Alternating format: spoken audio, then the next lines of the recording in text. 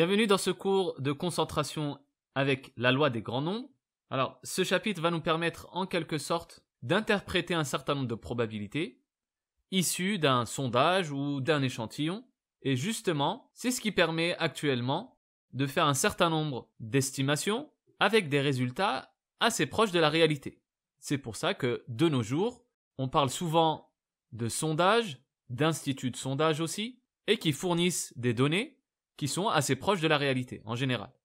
Même si des fois, on n'est pas à l'abri de grosses surprises. Donc c'est devenu quelque chose de très courant et très utilisé de nos jours, parce que ça donne des résultats pour la plupart très fiables. On commence par le grand 1 avec l'inégalité de bien-aimé Chebyshev. Petit a, inégalité et interprétation. Donc on va faire le lien entre l'inégalité et comment l'interpréter. Propriété, la première inégalité de Markov nous dit que si j'ai une variable aléatoire grand X qui est réelle, donc qui prend des valeurs réelles, et qui est positive ou nulle, avec une espérance notée E grand X. Et bien pour tout réel A strictement positif, P de X supérieur ou égal à A, donc la proba que X soit supérieur au réel A qui est strictement positif, encore une fois, et bien ceci sera toujours inférieur ou égal à l'espérance de grand X divisé par A. Et on va prouver ce résultat. On prend donc grand X, une variable aléatoire réelle positive ou nulle, et on va noter petit x indice i, les n valeurs pour l'entier i entre 1 et n. Donc là, je rappelle qu'on est dans le cas discret, donc avec quelque chose qu'on peut dénombrer, qu'on peut énumérer de 1 à n. Par définition de l'espérance de E grand X, c'est la somme pour i allant de 1 à n des xi fois la probabilité que grand X soit égal à xi. On va séparer cette somme en deux blocs. Le premier, ce sera pour tous les xi qui seront supérieurs ou égaux à a. Et pour le deuxième bloc, on fera la somme sur les xi qui vont être strictement inférieurs à a.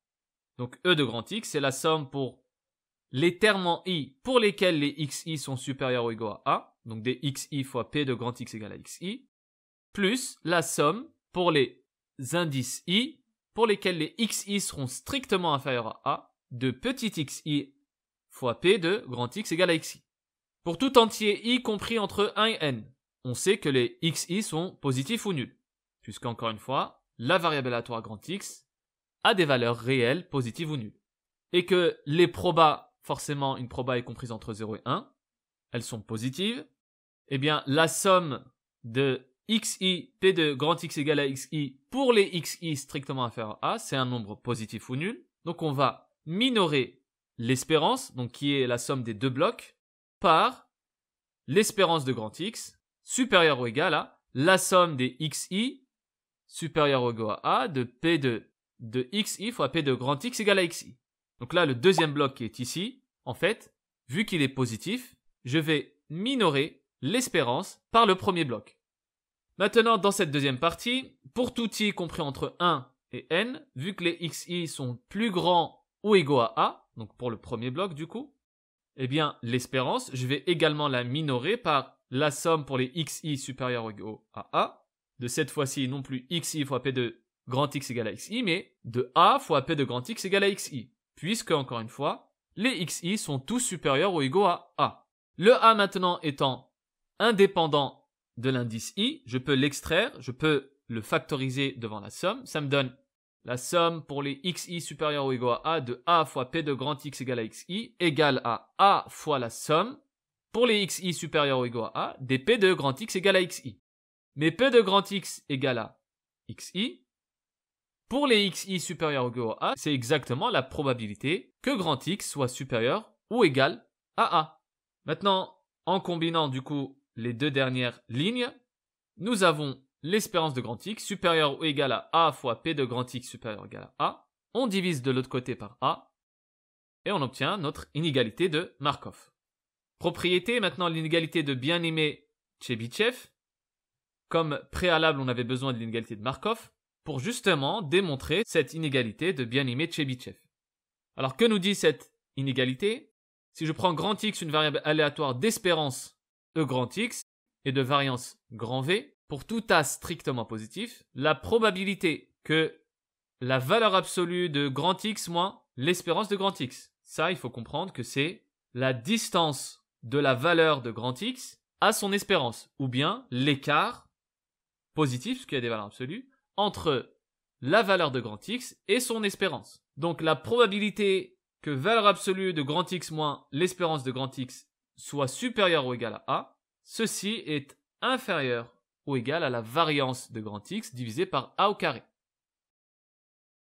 Pour la preuve, on va utiliser du coup l'inégalité de Markov. Comme A est strictement positif, eh bien, valeur absolue de X moins l'espérance de grand X supérieure ou égale à A, c'est donc équivalent à grand X moins l'espérance de grand X au carré supérieur ou égal à A au carré. Vu que les deux nombres sont positifs des deux côtés, cette inégalité est équivalente à l'inégalité avec des carrés.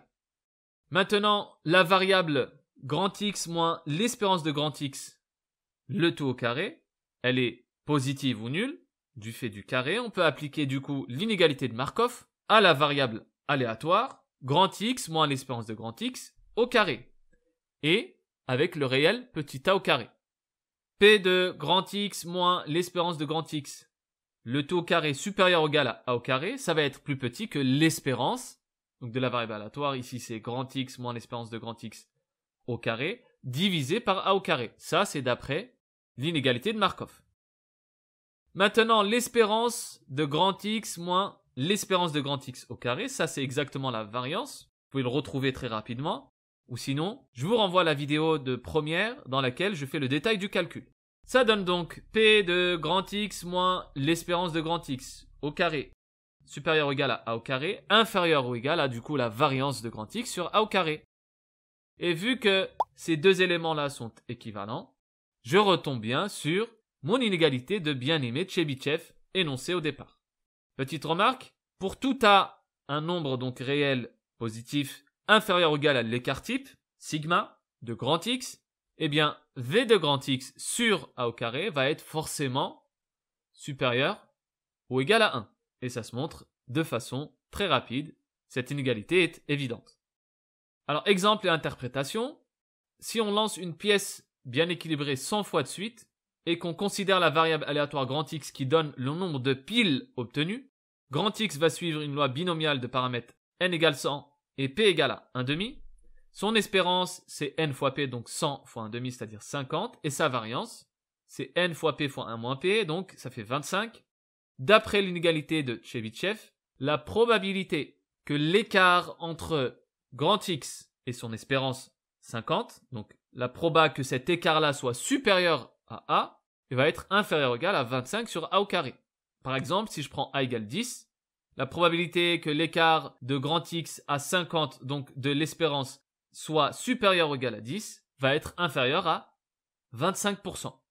Et maintenant, si je considère l'événement contraire, c'est-à-dire au lieu que ça soit supérieur ou égal à 10, maintenant l'écart entre grand X et son espérance strictement inférieur à 10, c'est 1 moins P de grand X moins 50 en valeur absolue supérieur ou égal à 10. Donc par passage au complémentaire, ça donne 0,75 et la probabilité que grand X prenne une valeur dans l'intervalle va être supérieure du coup à 75%.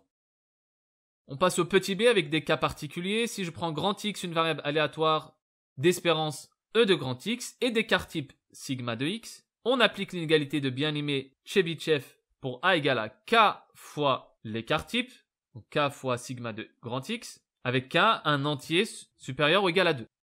Eh bien, la probabilité que la distance entre grand X et l'espérance de X soit supérieure ou égale à K fois l'écart type de grand X, ceci va être inférieur à l'écart type au carré sur K au carré fois l'écart type au carré. Ça donne, en simplifiant les sigma de X, la probabilité que l'écart de grand X moins l'espérance de grand X soit supérieur à K fois l'écart type de grand X va être inférieur ou égal à 1 sur K au carré. Pour simplifier, si en fait le nombre A c'est K fois l'écart type, eh bien la probabilité de l'élément ici à l'intérieur va être inférieure ou égale à justement 1 sur K au carré. Par exemple, si K égale 2, la proba que l'écart entre la variable aléatoire grand X et son espérance soit supérieur à 2 fois l'écart type de grand X, eh bien ça va être inférieur à 0,25. Donc ça veut dire que la proba donc inférieure à 25%.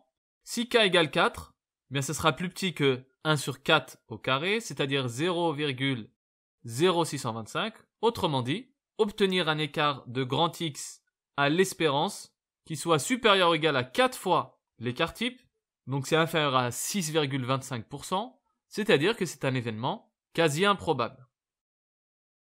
On passe au grand 2 avec la loi des grands nombres maintenant.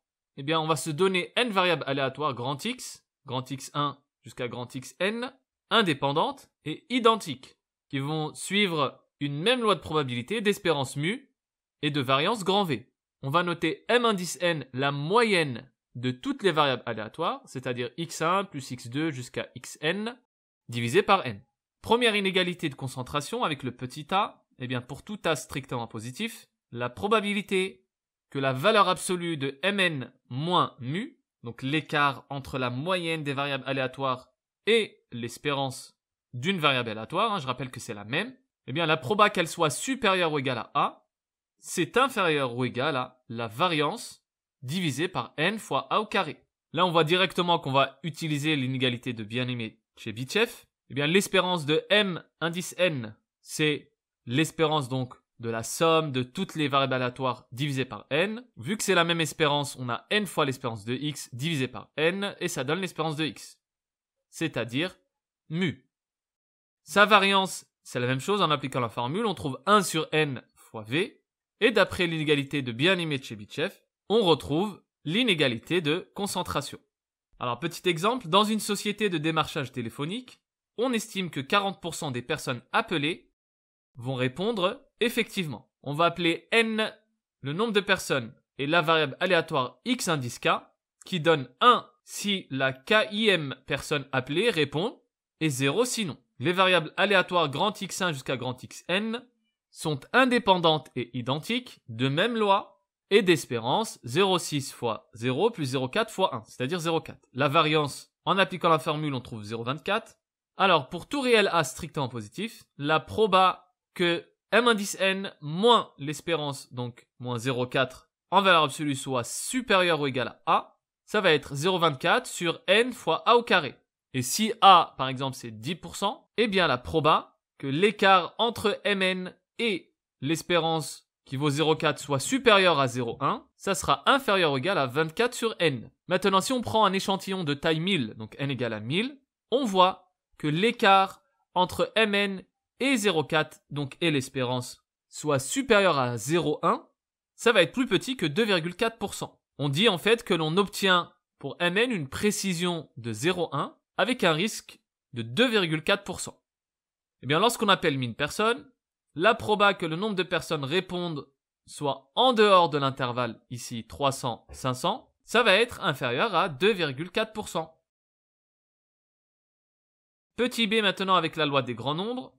Propriété, pour tout réel a strictement positif, la limite quand n tend vers plus l'infini de la probabilité que la valeur absolue de mn moins mu soit supérieure ou égale à a, ceci, ça va tendre vers 0. Donc plus il y a des personnes interrogées, par exemple, plus on va obtenir quelque chose de réaliste, ou quelque chose qui va représenter, du coup, toute la communauté.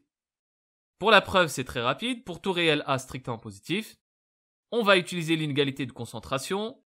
Eh bien, la proba que la valeur absolue de mn moins mu soit supérieure ou égale à a, ceci est compris entre 0 et v sur n fois a au carré.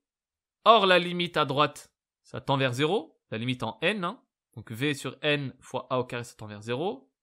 On utilise le théorème des gendarmes pour conclure que la proba au milieu va tendre également vers 0 puisque ça tend vers 0 à gauche. Voilà, c'est la fin de cette vidéo. J'espère qu'elle vous aura éclairé. N'hésitez pas si vous avez des questions. Et je vous dis à la prochaine.